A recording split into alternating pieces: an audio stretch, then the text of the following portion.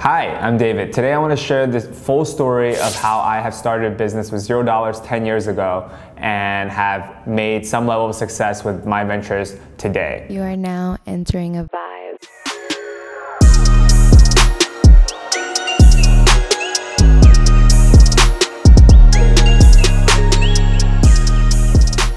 I want to share the step-by-step progress of how I went from a freelancer in the social media marketing space when YouTube and Facebook just came out to running a full-service agency with multiple ventures that I have invested in and operate today. I first moved to America when I was in middle school. I didn't speak a word of English, so going online, playing online video games allowed me to learn English, watching videos on YouTube when YouTube just came out. I remember it really helped me as an Asian American to be able to fit into the culture and learn English. Doing iPhone 3G videos, started producing some videos to practice English. And throughout that process, I realized there's a huge space for social media marketing and for video marketing and YouTube creation for small, medium-sized businesses. So although my own videos actually got taken down because of copyright music, I was able to generate some views and success through my YouTube channel via paid ads, via paid YouTube ads, and paid social media ads. Then I decided once my videos were taken down due to copyright music, I was like, hey, what if I can service other talented musicians, artists, or businesses with video marketing, with setting up their Facebook pages, managing their Facebook page accounts. So I went to this website called freewebs.com, I remember. By the way, to go back on my age, this was 10 years ago, so I was in just about 8th grade, 7th grade, and I created a website on freewebs.com where we'll be selling products like Facebook likes, YouTube views, YouTube comments. So what we would do is basically help accounts go on different YouTube sections to post comments, to get other YouTubers to watch our clients' videos and help them manage their YouTube accounts, help them set up their Facebook pages. And I remember really distinctly when the first order came in, when I was sitting in a technology class in 7th grade for moreviews.net, when I remember it was $1.99 for this 1,000 YouTube views or something, which we guarantee our customers that will get. And that was probably a huge moment for me in my life to see that I can create something from nothing and get that first order of $1.99. Even though it's nothing, it was a big deal to me because that was the first order that came into my e-commerce store that was built, with hundreds of hours spent, but it was for free. Free hosting, free design, I did it myself, and advertising, I went on different YouTube comments and different forums to offer our services.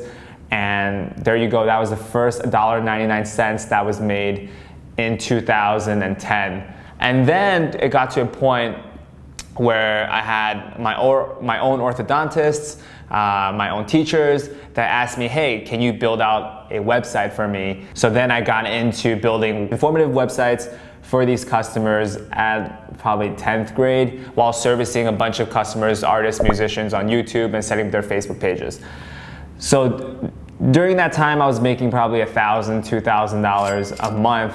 But remember, I was still going through middle school and high school at the time. While being in school, I was servicing these clients, going on forums, advertising my services. I tried out a little bit of Google AdWords for my services and was able to, throughout time, attract about 3,000 to 4,000 customers over the 2-3 years. And although at the time I really didn't have a vision of what that will become, which is now the next factor, we have about 65 people working across New York office and Philly office and our West Coast office. But at the time I really didn't know what it will become. It was just an idea and I was offering services. I was freelancing basically. I didn't even know what the word freelancing was at the time, but that's what I was doing. There was a decision for me to make. Do I go to college or do I continue this small business where I was making $3,000, $4,000 a month? At that time I already started doing some type of outsourcing in India, in Pakistan, where I would service, send some of the things I would be doing to somewhere who has more expertise and had a lower cost of offering these services. While most people went to school directly, I decided to take the route of, I guess, being abnormal. And I'll talk about this a little bit about this later, where I think you really should choose the route that you believe in. I've decided to follow my route and continue on with the small venture. My partner and I at the time both took gap years off, got an office space. We bartered an office space in New York City in Midtown and basically offered this real estate company, hey, we'll manage your website for free if you can give us a space in your office. So we started there.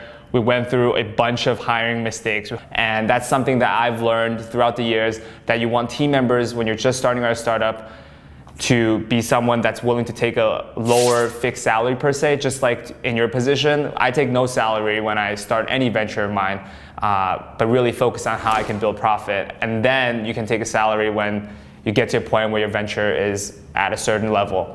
We started off with like a $5,000 a month kind of business where it was just myself, and then I added on a partner during the gap year, and we got from $5,000 to about $50,000 a month by the end of the year in terms of revenue. Then the second year of the gap year, we went from a $50,000 a month business to about $100,000 a month to $150,000 a month by the end of those 2 years. So we were able to scale a business in revenue from $5,000 to $150,000 a month in revenue quite quickly in those 2 years without any investments, without any financing debt that we've taken on, and it is just month to month of new client acquisition. And what I've learned throughout that time was that I try to do as much as possible myself after failing to hire the right people, and that is a mistake that, something that we could do better now with all the new ventures. Is really about delegation, and I talk about this in the 10 things that no one will tell you when you start a business.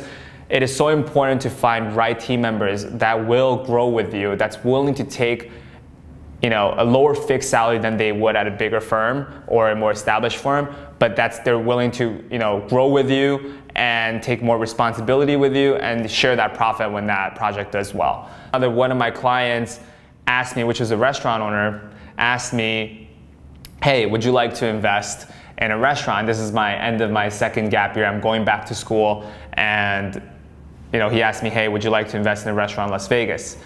That was 4 years ago, and I remember I decided to fly out to Vegas without much knowledge in the restaurant space. I did have 2 years or 3 years of experience in managing and marketing restaurants, clinics, law firms, but I had no understanding of restaurant operation or construction or lease acquisition or anything along. I'm not an expert or even knowledgeable in those spaces.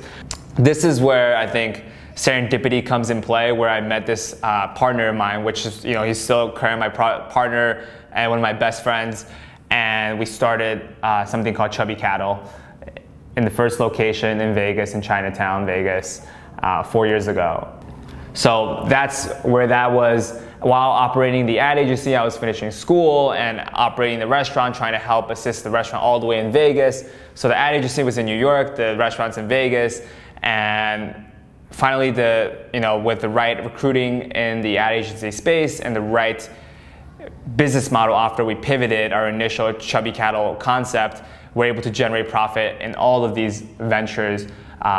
3 years later, we're profitable in every single location and providing dividends to shareholders, and everyone's happy. But I want to emphasize that it's a 3-4 year of long journey for each of the venture to get to where they are, and we really did dive through that J-curve in the startup world, where we hit the valley of death, where we had issues with funding, we had issues with partners, we had to pivot and change up the concept of the projects to get there. So now we're at a great place where we're ready to scale the product, and it might be in the public space, hey, it's great, you started a restaurant, seems very easy, you just have to do this, but really there's so many challenges, and that's just the restaurant space. If you're building an app, that's something I also will talk about down the line, how we failed at building an app. There's so much that goes into every single project in every industry that there's really no easy get-rich scheme out there. How I started a business with $0 to managing a 8-figure, 9-figure ventures combined. So I hope that what you can take out of this is that you can really see that a venture can go from nothing to something, but it takes time, dedication, expertise, the right partners, a lot of different components, but most importantly, to have that persistence to be able to pivot and not be defeated. You might have lost the battle, but not the war kind of concept. Hopefully it can inspire you, and hopefully it can give you some insight into the life of an entrepreneur.